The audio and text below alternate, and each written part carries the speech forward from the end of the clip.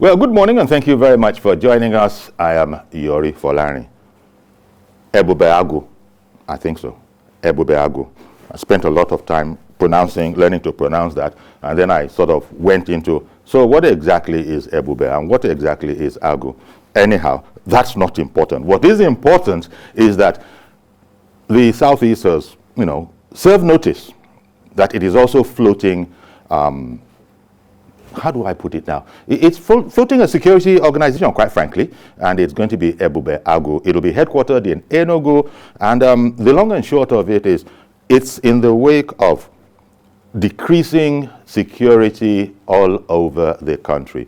As you know, that particular region was hit, unfortunately, by hoodlums who went and released some prisoners and generally carrying on as if the place they could do exactly what they want. So it looks like the leaders, the governors have met and they've said that we've come up with Ebubeagu, which is the regional security outfit. It'll be headquartered in Enugu, even though the meeting itself was held in Imo. Now, I got two friends, long time, and we're meeting up here again today. First of all, I have on my right Onyekachi Ubani. Mr. Ubani is former second national vice president of MBA. Thank you very much for coming on. It's been quite a while. We're very happy to have you back. And we also have my great friend, Dr. Chima Nnaji, lawyer, public affairs analyst.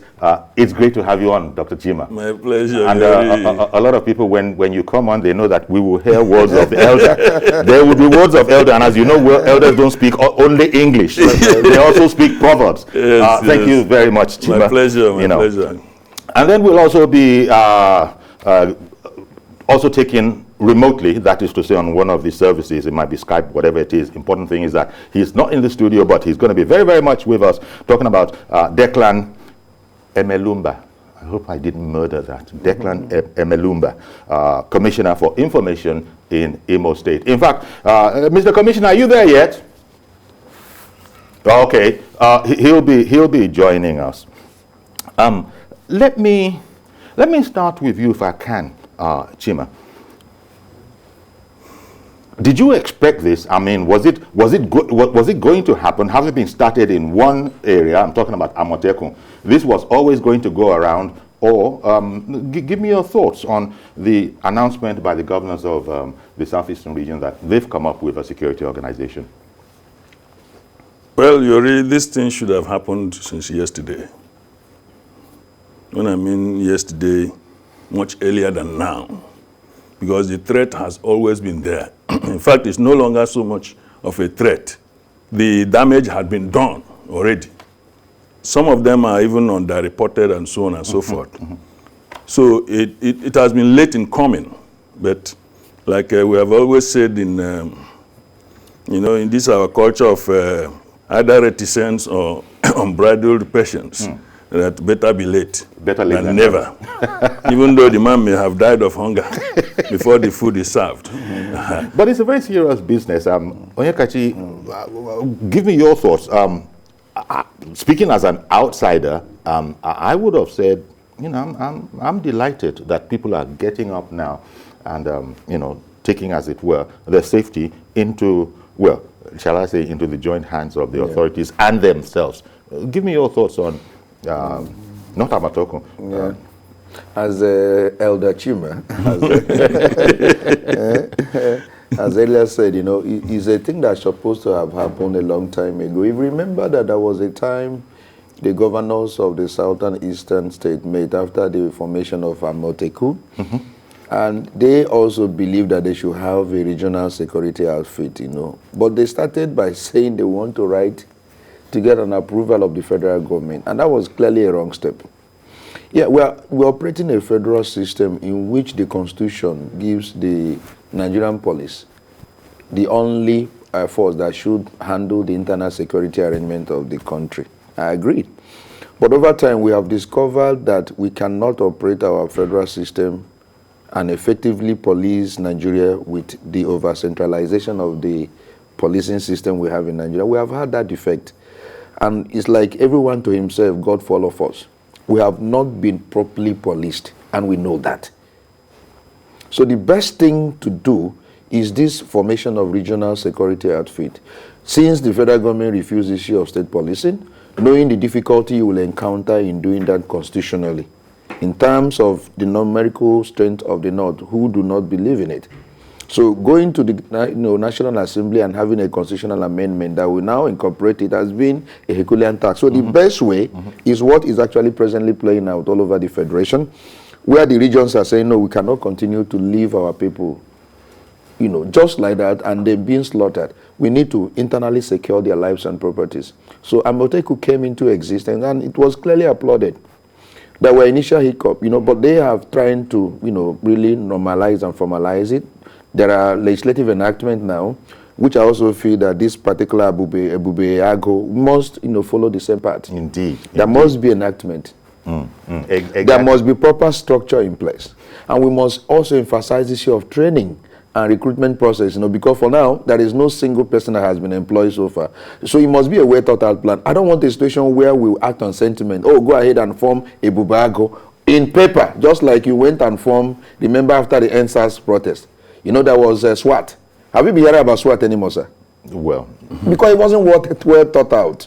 What we're saying, sir, in effect, is that this issue of Ebubeagu must be something that's supposed to be well thought out. All the structures put in place, enactment process, how recruitment will take place, the training, and then how they're going to work in harmony with the existing security agencies in order to actualize effective security arrangement for the Eastern region, and then by extension to the entire Federation. So that's my take. It's important we do it well, not under sentiment.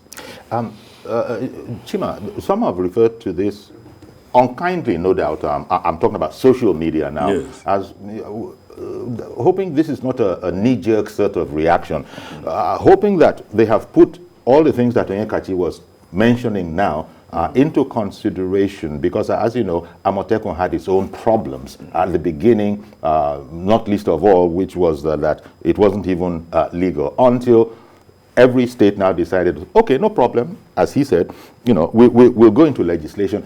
I mean, that whole matter about, was this well thought out, do you think, even though, as you said, it ought to have been in place since yesterday? Was it well thought out, or were we pushed into it by the criminal action, the recent criminal action where Imo was under siege? Well, it should be stated clearly that security is not on the exclusive list. Security is everybody's business, and nobody should be more concerned about security than the state governors that also have the appellation of chief security officers. Chief security officers. Whether it's like elephants with a foot of clay, if you like. But this particular scenario that is playing out, whereby one critical set of people are distributing violence uniformly, or maybe somehow across the land. Because one section is calling, the same name is being called another, killer henchmen. So if that has become a uniform problem, and there is a set of people like the Southwest that have come together to effectively drive a process that hammered out their own security arrangement. We all saw the teething problem Southwest went through, in spite of the fact that the majority of the states are even APC. Then you begin to wonder, what is in this agitation against this self-defense kind of arrangement? So having been hammered out and it's on ground, just like we're in the internet era, you can download, copy, adapt, and paste. So we have a model. Then all the legal arrangements, like Ubani had said, must be in place, because the legislative houses at the state level have as much authority as the National Assembly, except where there is some degree of conflict. Then the law will be ironed out at that level. So let all the southeastern states, all the southeastern legislative houses come together, get the best legal minds that the zone, can produce. Pro bono, people will be willing to do it free, just for the interest of the people. Sit down, look at all the legal implications. If there is even any gap, because of the circumstance in which Amotekun was birthed, if there is any gap, you fill it up, so that even Amotekun can share information, because we face the same existential problem. Exactly. Security is not politics. It is that I have to be available tomorrow to contest. But when I'm facing an extermination threat, then things cannot just happen haphazardly. Indeed. So we need a structured arrangement. We need a legal framework within which all these things, will work. And so an operational guideline too, to ensure harmonious operation, of the outfit. Exactly. I was thinking, Onyekachi, that because of all the erudite minds that are in all the regions, but if you look at that region in particular, all of the things that Chima has just said would also have been borne in mind. They are also observing all of this. But when it comes down to what is this all about, it's about quite a number of things, all of which go under the name of security of life and peace and all of that. But herdsmen, well, no problem with herdsmen, but people who take the law into their own hands do not worry about where their own rights, end and the other man's own begins, will now be confronted. How delicate a situation is that? Because we talk about the security as, an all-encompassing thing. But in particular, it's been particularly worrisome, the activity of herdsmen. It's not the only reason, but I think it is an important one. Do you think it's a sensitive aspect to the whole thing? Because the Southwest have also, sort of grouped and said, look, we just have to take care of ourselves. Now the Southeast is going there. Perhaps other regions will also say, of course, it's important. Nigeria is a very delicate country. The threat to the unity of the country has always been there. Even before the political independence we got in 1960.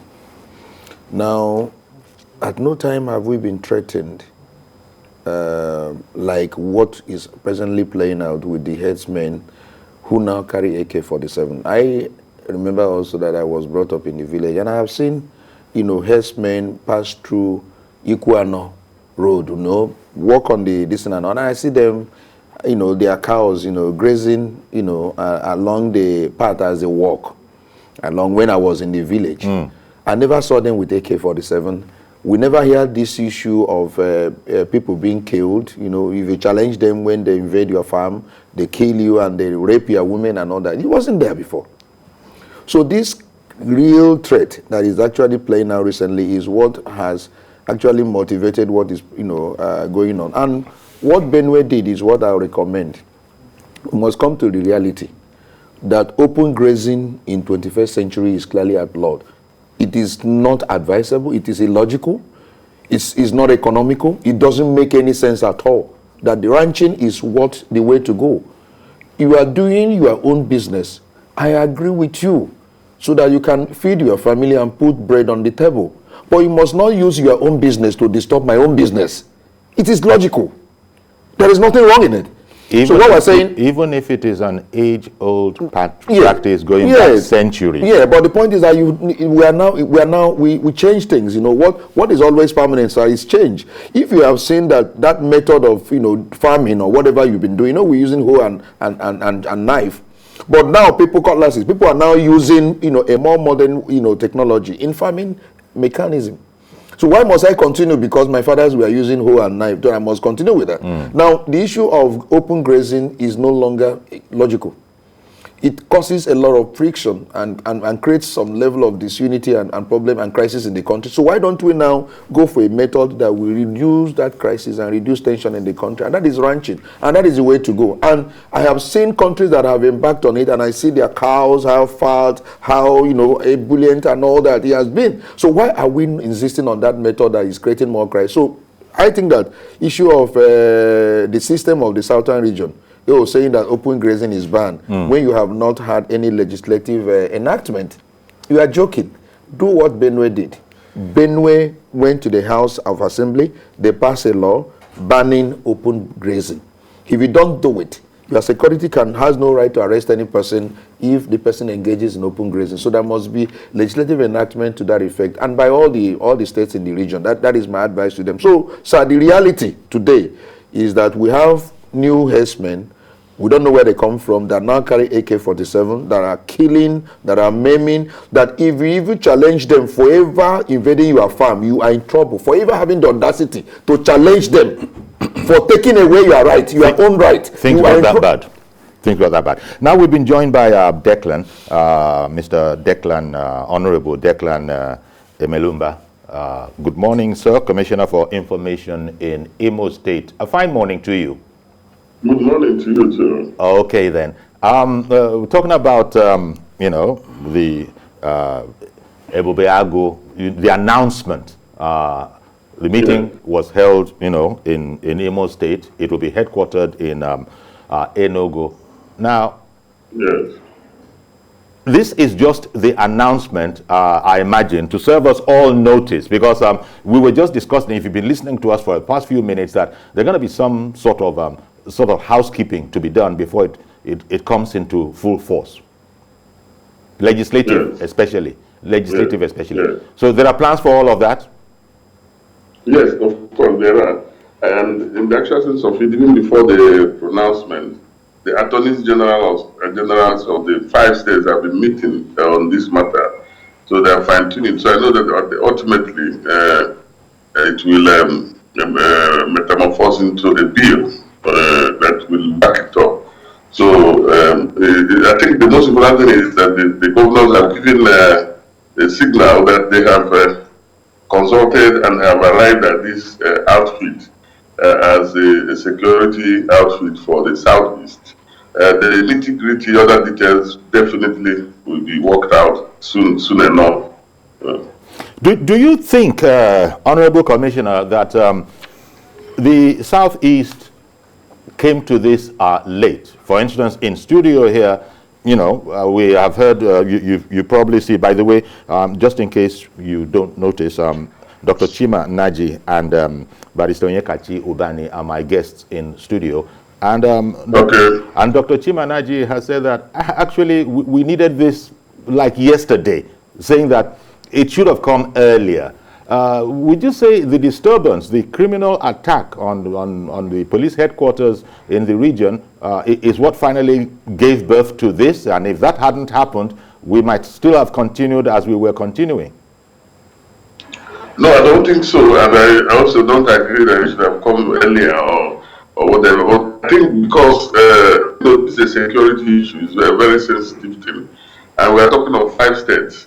First of all, the governors needed to agree on a common, they needed to meet on a common front, and they needed to agree on the details and fine details and so on. So I believe a lot of negotiations have gone into it, and finally they arrived at that conclusion. And also they needed to, because this is like a vigilante group that will work definitely in tandem with the police and other security agencies. So they also needed to liaise with these relevant security agencies like the police so that they'll be on the same page. And it is always better that you handle this matter thoroughly. There's nothing to hurry to impress anybody. It's better to do it thoroughly, and because whatever is worth doing well. Okay. And then you do it, and maybe along the line you find that you didn't plan it well. Well, okay. Whereas I take, Mr. Commissioner, that they have to be meticulous and careful and all of that, but we had security challenges in the Southeast generally way before the invasion of the correctional, facility and the releasing of prisoners, which was, an outlandish thing to most Nigerians. So it's in that context that people say that, look, that happened, and then very shortly after we now have Ebubeagu. Why not before? Because there were these security challenges before. Is it? I understand what you said, that they have to be careful, but shouldn't they have been careful even before that time? Well, what I mean careful, what I mean is that they needed time. They needed to take time to plan this as well. Yes, there have been security. The invasion of the correctional center is not the only security threat that has taken place in the southeast. There have been attacks in Enugu, Ebonyi, and so on. So there have been these sporadic attacks here and there. Now, it is not correct to say that it's just because of the Owerri own that they've hurriedly, maybe within a week, they now hurriedly reached it. They have been meeting, negotiating, talking.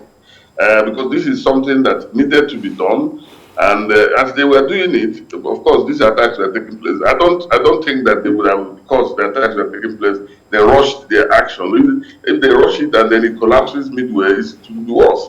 Okay. So I think they have taken their time enough, and they have planned well, and they have finally come out. It's just a coincidence that it happened just a few days after this attack. It's not as if that was a response directly to the attack. No. If you look at the communique, they also mentioned all the other attacks. And they also mentioned, I remember, at that meeting, it wasn't just the governors. All the security chiefs were at the meeting. The IG was represented, the brigade commando officer was represented, and all the security, the police commissioners in the southeast were represented, DSS and so on. So it's like a final take on the matter to mop it up, and then before they finally came to this conclusion and announcement. Let me just stay with you for a few more seconds. From the announcement to actually having, so to speak, boots on the ground, what's the kind of timeline you are envisioning? Well, well, I wouldn't even call it boots on the ground, because this force is to outfit, really, not force, is to complement the police. Yeah. And like the governor said, it will be the headquarters will be in Enugu. Every state will have its own outfit, and they will coordinate from Enugu and share information and so on.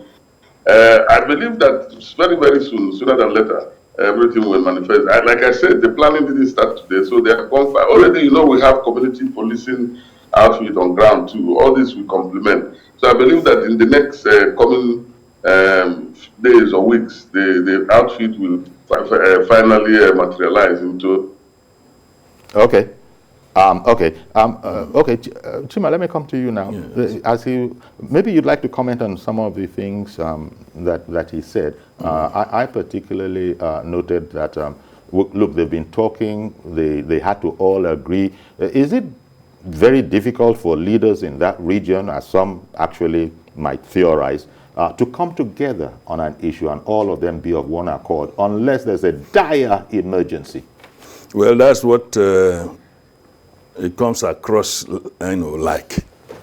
In every situation, you have the facilitating or precipitating circumstances. You had your fingers on this when you said, could it have been the Owerri incident, which everybody considered too much to stomach? Mm-hmm. Somebody may have been asking you for a favor. I need 500 naira to eat. Until he drops on your feet. You know he's serious, that he's starving. It's no longer about hunger. You drop even 2,000 naira so that he can leave your presence. So the situation will be such that you will not want to dilly-dally, either because of what people will say or one kind of pressure or the other. And you see, we have always heard that it is because the corpse kept quiet that the undertaker took it to the grave. If it coughed or sneezed, imagine what would have happened. There would have been no funeral. That is number one. I expect that there might be 2 or 3. I hear you, Chima. So that is what we are saying, is that if you are not able to protect yourself, then somebody else will think that you don't value your life. And then it will be taken, needlessly and in such a chicken manner. So what you find is that everybody now has learned that the universe is too wide, but let me perch in a corner to take care of myself. That's what is happening when the federal government security outfit, for one reason or the other, are unable to cope with the plenitude of problems on ground, some of which are stoked by bad policies. You understand? Then you have to do something to help yourself. So as much as possible, what is important is not defending whether they were in the pipeline, as a Niger Delta issue was put on the pipeline until people started going to the pipeline, or that they almost finalized before this thing precipitated.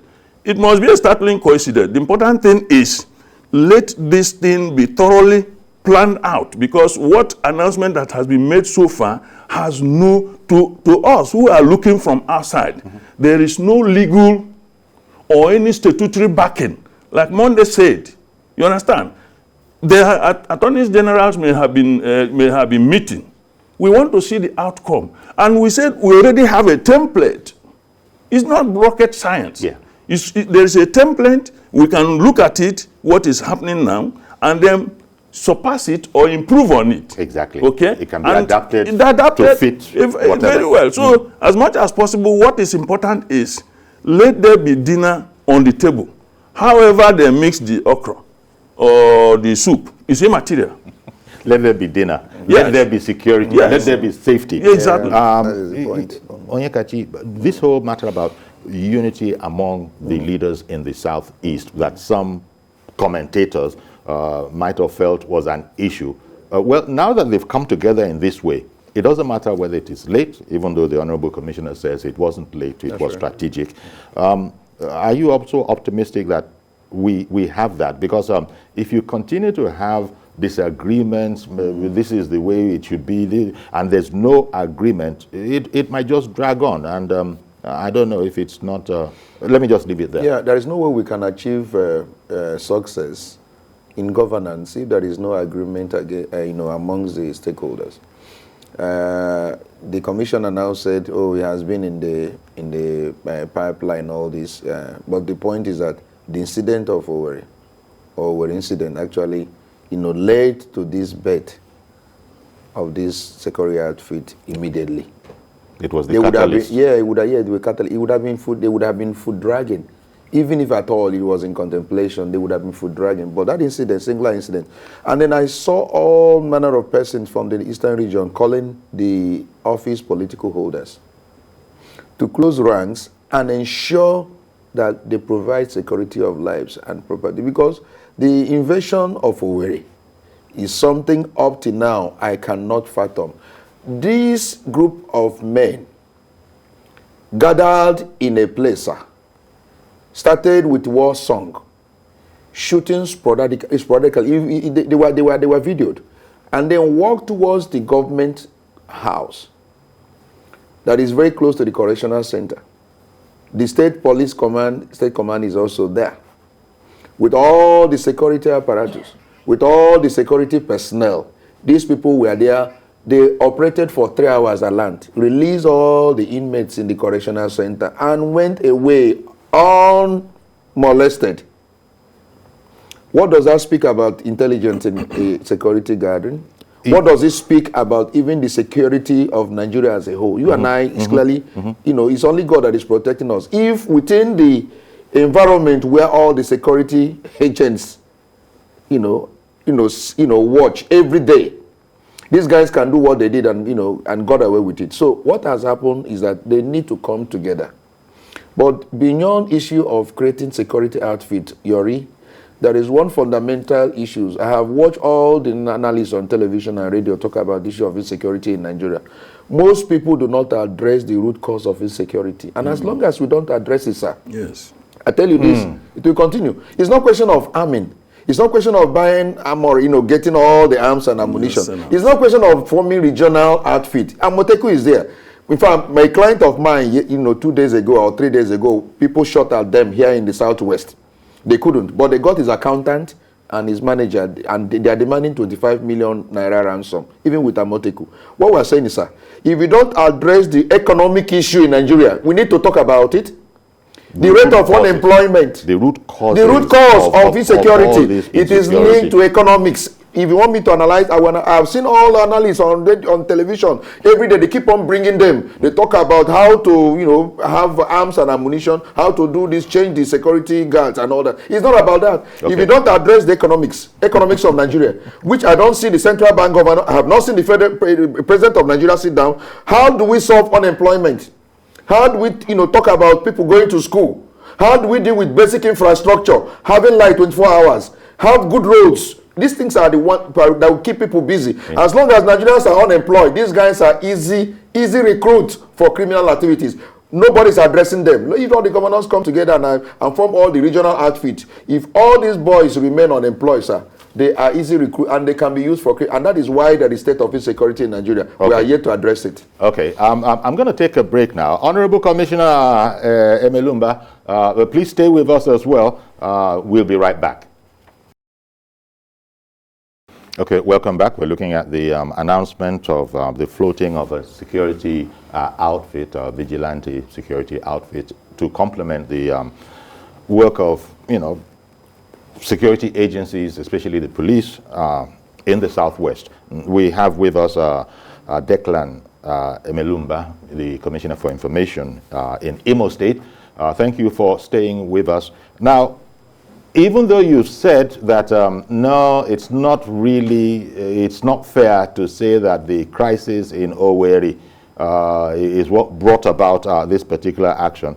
I have heard unconfirmed reports that, as a matter of fact, before that horrible event happened, there were intelligence reports to the authorities, but for some reason, they were not really paid attention to. As I said, unconfirmed reports, but maybe that will stop right now because you can confirm or indeed not confirm it. That there were actually reports that what happened might happen, but due process, due care was not taken, and it happened. Now we have the Ebubeagu outfit. Hello? Yeah, can you hear me? Yeah, but I didn't quite get the question. I said there were unconfirmed reports that the authorities had actually been served intelligence information that what happened in Owerri could happen, might happen, was on the way, but that no attention was paid to those reports. Was that just a rumor? Well, hello? We are here. We can hear you. Yeah, okay, yeah. So, well, I wouldn't say that no action was taken or that the authorities had the information and didn't do anything. Okay. I do know that yes, there was some security information to the governor concerning that, but not quite specific. And what the governor should do, which he did, was to discuss the thing with the relevant security agencies, and I think he did exactly that. Now, what happens thereafter is now left for the security agencies to determine. I can tell you, yes, that the government, in a way, the government was a bit informed, giving an idea of the possibility of such a thing, but maybe not such a graphic detail. But I can also tell you that the governor immediately, without hesitation, without 1 second, contacted all the security agencies, held a meeting, and alerted them. Of course, the information came from them by the way. So the next line of action in terms of what should be done or should not be done, the details of that should be left for the security agencies. Whether they did what they ought to do or they didn't do, I will let the public to judge that. Okay. Dr. Chimanaji, intelligence is always going to be a crucial part of quelling these fires, these insecurity fires. That is without prejudice to the thought that Onyekachi and both yourself agree that we have to go to the root cause of some of these things. But in terms of quenching these fires or preventing some of them, intelligence is going to be, one of the main, I imagine, activities of Ebubeagu, as they have said it will be with Amotekun and those kind of things. But you just heard the commissioner say that, well, you heard what he said about the about the way intelligence was treated.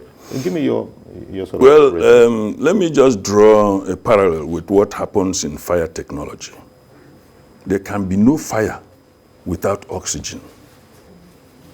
So what the fire technologists do is to devise a system that will deny oxygen from the fire so that it will not burn. Just like you can put gun in the hand of anybody who is subject to command. If you don't command him to pull the trigger, the gun is like a piece of wood in his hand. So in the same manner, if you don't have good intelligence and you are only reactive, if you hear, hold on, you are rushing, the people that are about to hold, the man who they are pursuing to catch him, will even catch you. And you are presented as the thief. We see these things happening in Lagos here. Ole, ole, ole. The ole will be shouting ole and running away. And all of you will be following him foolishly, thinking that he's pursuing the main ole. So what I'm trying to drive at is that it is because of the failure of intelligence or deliberate attempt to suppress it or deny the efficacy by way of application of intelligence. Look at the scenarios, not because there's no intelligence. There could be intelligence, but somebody refuses to use it or disseminate it, and so on and so forth, for certain reasons. And there are diverse reasons in our scenario now. Now, if that happened, that is what has been happening, and that is what has made the government security system, I wouldn't say collapse, non-effective. As non-effective. Yes. Well, not as effective as it could have been. Because when they say that they call police are saying no fuel. Somebody ought to have provided these things, knowing that there could be possibilities of operational responses. Now, in this particular scenario, if there was intelligence, what was the details? For example, what were the details? For example, who were you given the details that they will come to attack? What was the nature of attack? And until we solve this Owerri problem, until we solve it by proper investigation, the regional team, like governors and so, must institute their own private investigation. They should not rely only on the state apparatus. You understand what I mean? Because some of these cases are compromised. We see what is happening. Okay. So they need to get at the bottom of this to find out, is this an invasion or an insurrection that is within? Otherwise, you cannot solve the problem. It will be capable of repeating and replicating. Okay. Mr. George Inikeja, good morning, and thank you very much for holding on all that while. Please go ahead now. Thank you, Uncle Yori, and good morning to your guests. Uncle Yori, I'm in total support of setting up regional securities like the one that is coming up in the Southeast now, because the security situation in the country is deteriorating, and I don't think we have any other choice than to be devising things like regional security as is happening. But the question I want to ask your guests, in particular to the Southeast, is this: what is going to be the relationship of this security outfit with the proscribed IPOD? The incident that happened at Owerri police headquarters, IPOD claims that their statement suggests that they were responsible for it. They said, their leader said, nobody in Nigeria is supposed to be in prison. That was how they issued the statement. And they have virtually dominated the security situation in the Southeast. None of the Southeast governors is saying anything about them and their activities. What is this outfit? How is it going to relate with the activities of IPOD that is already there? I want them to please answer us. Thank you very much. Thank you very much, Mr. George. In fact, you took the question out of my mouth because we were talking about that when we were off air. Onyekachi, in particular, talking about what's going to be the relationship of the ESN now, Eastern Security Network, which is an IPOD organization. Yeah, I went through the reactions of several Igbos, on the new outfit that has just been floated On social media. on social media, and I tell you this. Most of them are not in agreement with the state governors. They are clearly in favor of allowing ECN, which is a non-state actor, to provide security for the Easterners. That's the impression I got. And it's going to be a big problem if this arrangement that is now forthcoming does not take into cognizance the existing ESN, I think. Eastern Security Network. Security Network. It's a security network. Fine. You must take into cognizance and then see how you can go about it to avoid a situation where the Eastern region will become a battlefield. Okay, one moment, please, yes. because that's a very important point. I want to take Ada. I don't want to keep Ada waiting. Ada in Jos. Good morning, ma'am. Yes, good morning. Good morning, Mr. Ayori. It's Ada from Jos. Good morning. Good morning to our guests. They are spoken very well. Thank you. I'm glad the Southeast governments have decided to put aside politics and come together to form a regional security to protect its people, rather than allow the security of the state to be in the hands of the so-called non-state actors, IPOD. It's unfortunate they had to wait for the attack on the police headquarters at Owerri before deciding on launching this security outfit. If all governors had keyed into Governor Samuel or some governor of Benue State position to ban unrestricted open grazing and embrace ranching, we would have been able to address the issue of insecurity to a reasonable extent. All stakeholders should speak with one voice, be on the same page, and be proactive rather than being reactive. The police should be decentralized. Just like your guest said there, I've always said it on this platform or any other platform, we should address the issue of unemployment, poverty, illiteracy, and so on, which are the root causes of insecurity. The root causes. All the same, let's not give up on Nigeria. God bless you. Thank you very much for calling in. Now, before I come to you, Chima, let me go to... I didn't finish my point. Well, I know, but you left us in a very comfortable place, and time is not working with us. It's okay. Declan, what do you think about the question of how is this new organization, the proposed organization, how is it going to work with the Eastern Security Network that already exists, which I understand is under the command of IPOD? I want to... Okay, can I go on now? Please, go ahead, sir. Yes. Now, I want to situate it properly. Eastern Security Network is obviously, and I think everybody knows that, it's an illegal outfit. And in that respect, I don't believe that it would be fair to ask the government to cooperate with an illegal outfit. The feeling, the mob is not always right. The feeling that they are the only people, there is the only outfit that can protect the Southeast people, is not, I don't know how, it doesn't really add up for me, because they don't have rules of engagement. You don't even know how to hold them responsible, who is in charge, and so on and so forth. And that's why the totality of it is that it's an illegal outfit. They act whimsically, decide what is right and what is wrong, and they decide that this has happened.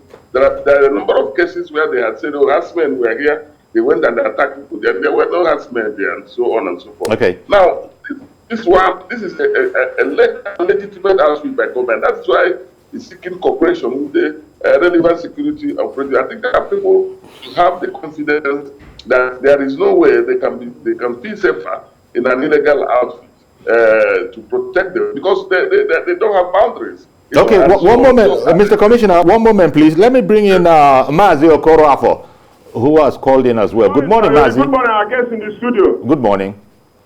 That's Bazuka. Honestly speaking, Sayuri, what is happening now in the East is not healthy. What the government and Nigerian people should know that this is the resultant effect of the Civil War. Civil War came and ended. We just took things for granted. But the thing is this, like what the apparatus have just said before, unemployment, agreed, unemployment is everywhere. But the question now is this: how do the governors themselves want to run this Ebubeagu?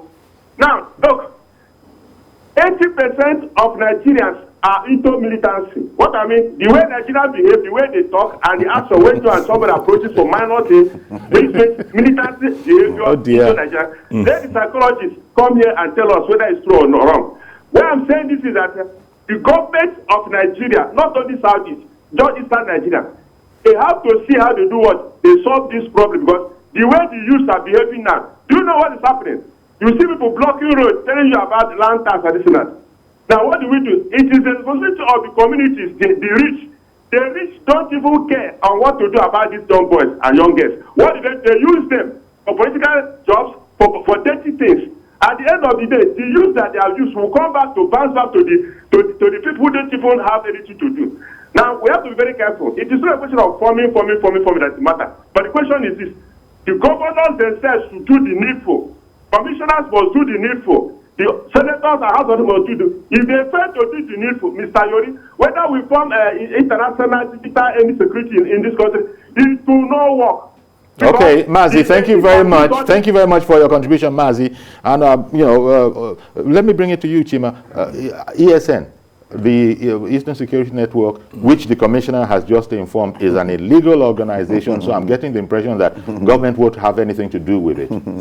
Well, you see, there have always been this saying that the law is for the law abiding in a scenario like ours. You cannot tell me to drive right because I already know what my responsibilities are because I'm law abiding. But how do you get those other citizens that either have derailed by deceit or spirited effort on their own part, given their own circumstance? What the governors of the Southeast need to do now, as part of the assignment, is to get the buy-in of every person in the Southeast and all stakeholders, the total buy-in. Now, if you are a father and I have an uncle, on Christmas Day, the one that buys dress for me is the father. You understand? If two of you buy, you are my uncle, good uncle, and the other one is my father. Both of you are very good to me. So what am I trying to push at? If ESN shows interest when there was nothing on ground, whether legal or illegal, because many of us have been taking illegal things without even knowing. So if that has been serving a purpose, what the governors have done now, even in my own mind belatedly, because they allowed a space and something happened, like they say, nature abhors vacuum. So what we need to do now is to find an intelligent way, even if they are not consulting anybody in the IPOD or ESN, you understand? Do something that will surpass what that ESN had already originally been providing. Then everybody will follow you. And it is important to correct one impression. I think the IPOD denied responsibility for that, even if there was an insinuation, because no matter how the suspicion is, you can't use it to convict in law. So the truth of the matter is that we need to thoroughly investigate so that it is not the proverbial case of tortoise saying that he will kill a pregnant woman when there is a riot in the market. And the day the woman was killed, tortoise was in his farm. So the truth of the matter is that somebody must do the thorough investigation for us to have our fingers on the cause of this in order to repudiate the possibility of a repetition. Okay. Opera in VI. Good morning, sir. Very quickly, please. Good morning, Uncle Yori, and good morning, Pastor Bani, and our daddy by our left side there. Good morning. Thank you for your good work and all your suggestions and all your talking. Yeah. Well, it is written that the idle devil workshop.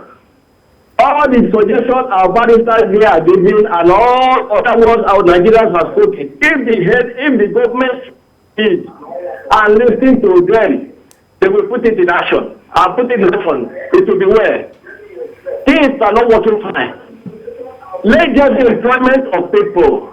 Whether the governor of Imo State includes this or that, let the truth be told. Nigeria is heading to a collapse.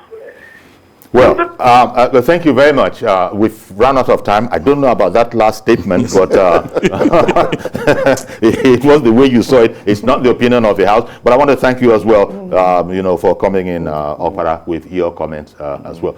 I want to talk a lot more about this, but you can see the clock. We just don't have the time. But we've taken the first stab at it, and I have this feeling that this is something we're going to talk about a lot more. We're going to invite you gentlemen back and others so that we can better understand how we can just move our security efforts forward nationally, as each region seems to be taking up the responsibility now.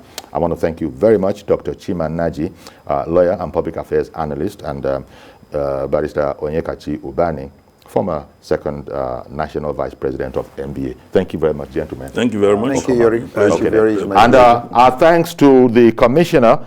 Thank you very much, Mr. Declan Emelumba. So sorry we don't have the time. I would have wanted you to clear some other issues, but thank you nevertheless for coming on this morning. Thank you very much, Mr. Commissioner. Thank you very much. All right then.